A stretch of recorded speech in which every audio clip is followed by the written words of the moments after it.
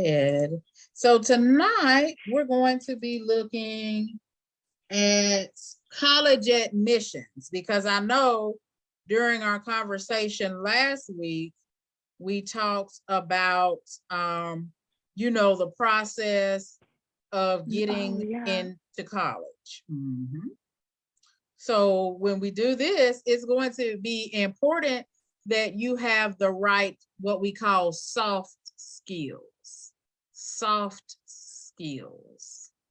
So when we talk about soft skills, a lot of times we're not talking about, how smart you are or how good at math you are.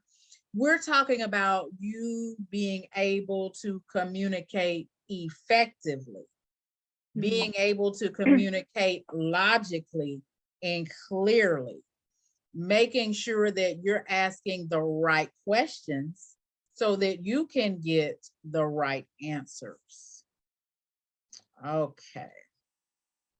So we are in where it says career exploration and soft skills. We're in the advanced, and as you can see, I'm logged in under your name, under Part B, college admissions. Okay, so it says read the introduction.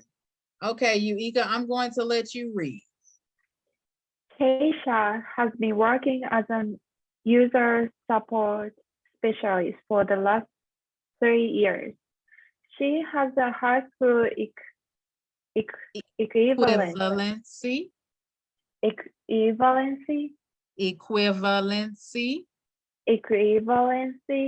Equivalency diploma.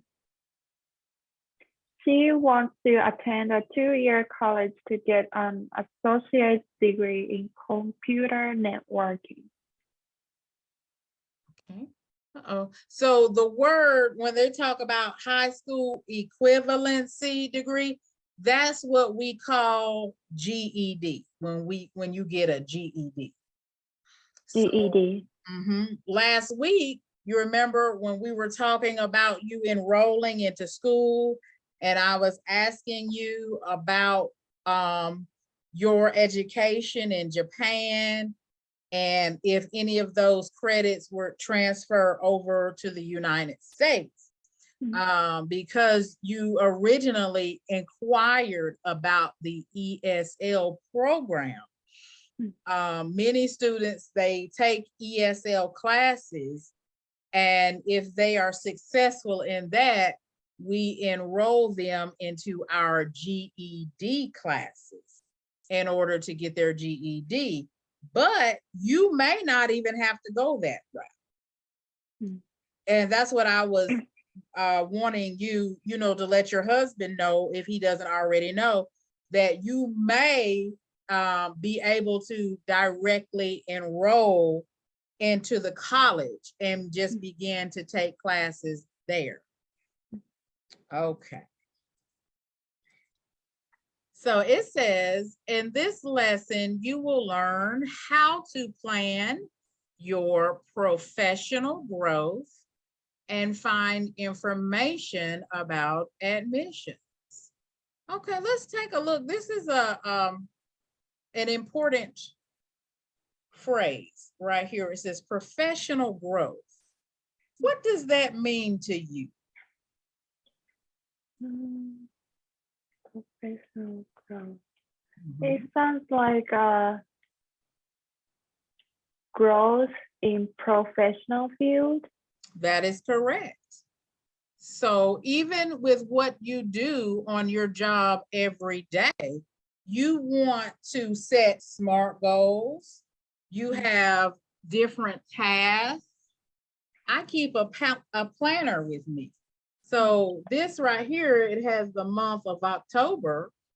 So I have a monthly overview, but I also have a daily overview. So what I need to do as an educator for each of my students, it helps me to grow professionally as well.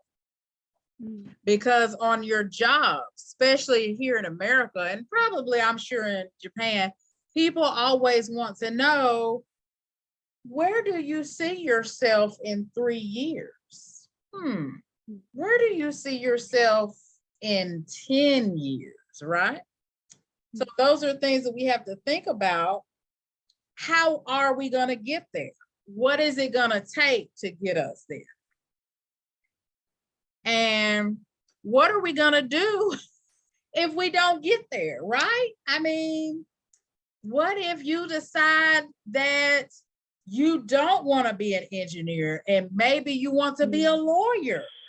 What if you and your husband decide that you want to have 3 babies?